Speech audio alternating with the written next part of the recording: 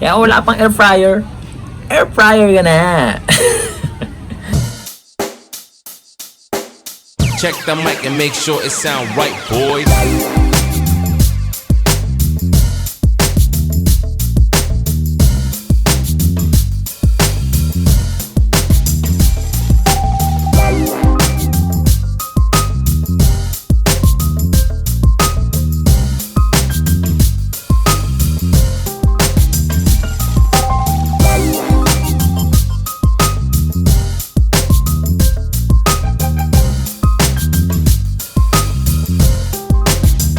Sound right, boy.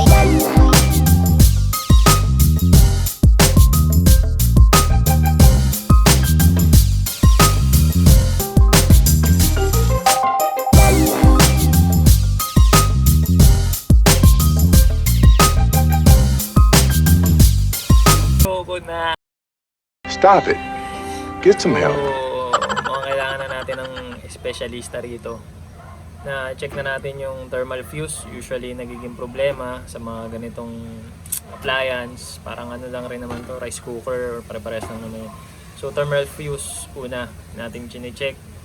Since okay siya, re-respond siya sa ating multi-tester. Ang hinala ko ay itong heating element na to. So nung tinester natin, walang respond. Yung board, ayoko na pakialaman yan kasi medyo komplikado yan. So doon muna tayo sa mga basic. At itong hinala ko, since hindi umiinit itong fryer na to, malamang sa malamang. Pero kailangan pa rin natin konsulta sa expert. Tara, kaya samahan nyo ko. A few moments later.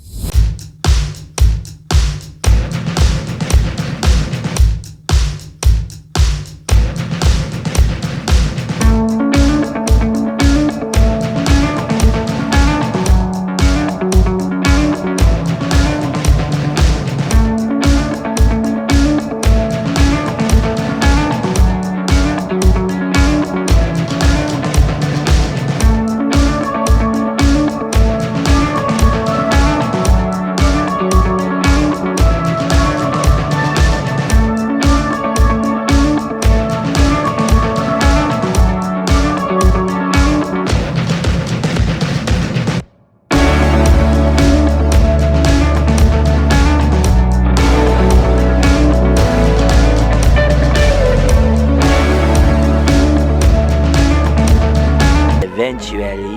So yun guys, first opinion, second opinion, third opinion, same result. So ang naging problema ng ating air fryer ay yung mismong katol kung tawagin nila, yun yung umiinit.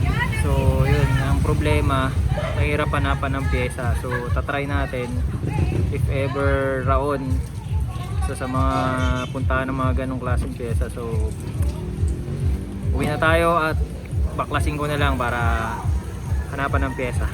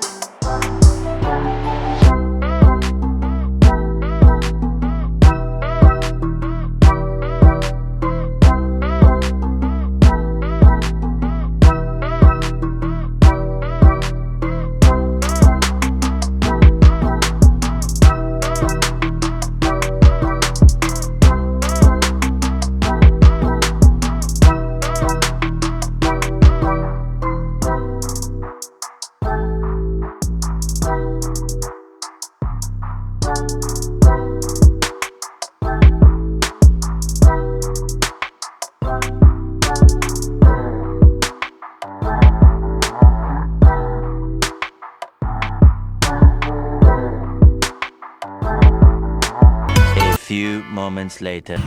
What's up vlog? At dito tayo ngayon sa Dico, sa Raon. So tumingin tayo ng pyesa sa mga possible problem. At nakakita tayo ng yung ating heating element. So yan. Problema lang sa yung sa atin ay 1.5 watts. Pero yung nakuha natin ay 1.3 watts lang. Oh no! So may diferensya. Wala tayo talaga yung mahanap. Sobrang hirap paghanap talaga nito. Tapos wala, naikot ko na halos dito. Ito, subukan natin. Tinester natin, okay naman. So ayaw magpakuha ni kuya, naiya. Ito, uwi na natin para masubukan. Many months later. Oh, yan. Sinusulan tayo. Wala mo pagana natin. Sana, hopefully, magpagana natin. Ito na. So, yung nabili natin kanina ay yan. So, yung original natin ay 1,500 watts. At, syempre, ganun pa rin, 120 volts. At itong nakuha natin ay 1,300 watts. At 120 volts. Ang pinagkaiba lang nila yung size ng diameter. So mas malaki yung syempre 1.5 watts. Mas malaki yung heating element na to. So yung 1.3 na nabili natin ay mas maliit syempre. Importante lang siguro ito. Yung saksakan niya kasi bihira to eh. Itong ganito. So ang problema natin ngayon, yung nabili natin, ito yung original, di tornilyo. Ang nabili natin ay itong ginagamitan ng socket. So, syempre, bumili tayo. At ito, nabili tayo. Yan. I-convert na lang natin to from tornilyo to socket type. Yan. Alam mo ba yung ginagawa mo? Alam ko to, relax ka lang. Fire extinguisher dyan. Oh no! Kabit na natin ngayon.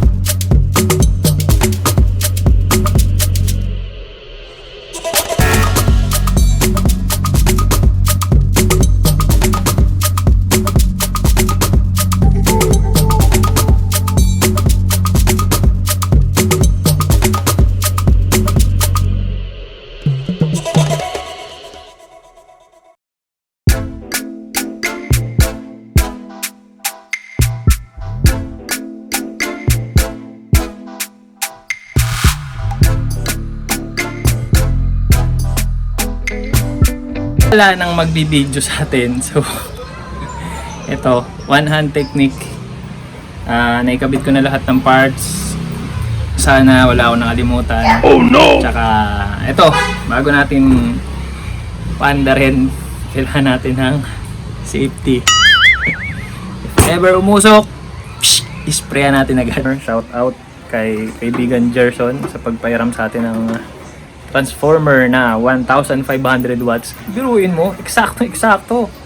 Alam mo talagang merong tinatago siya talaga eh. Nag-eksakto pa sa kailangan natin kasi ang wattage ng ating air fryer ay 1,300 watts na from 1.5. So, mas okay kung mas mataas, wag lang mas mababa. So, ito, 1.5 watts.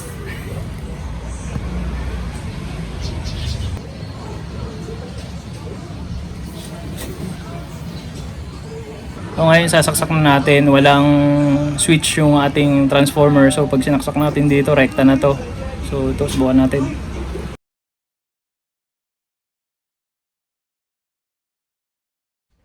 This is not okay.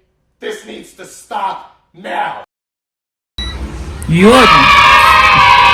Gumana! Pero iinit kaya. Yun naman ang issue natin dito eh. May display siya before, pero hindi siya umiinit, hindi siya nakakapagluto. So ngayon matitest natin.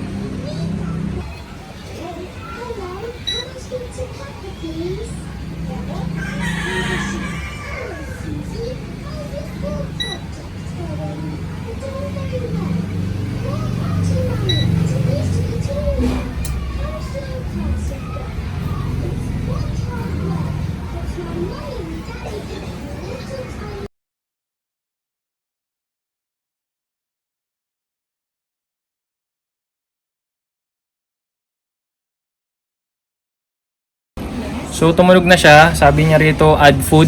So testingin natin ngayon, meron tayo rito ng fries at masusubukan natin kung talaga makaluto na siya. Shout out nga pala dun, no? Excited kasi siya eh. Sinaksak niya agad sa 220. Iyak! Ngayon, testingin natin.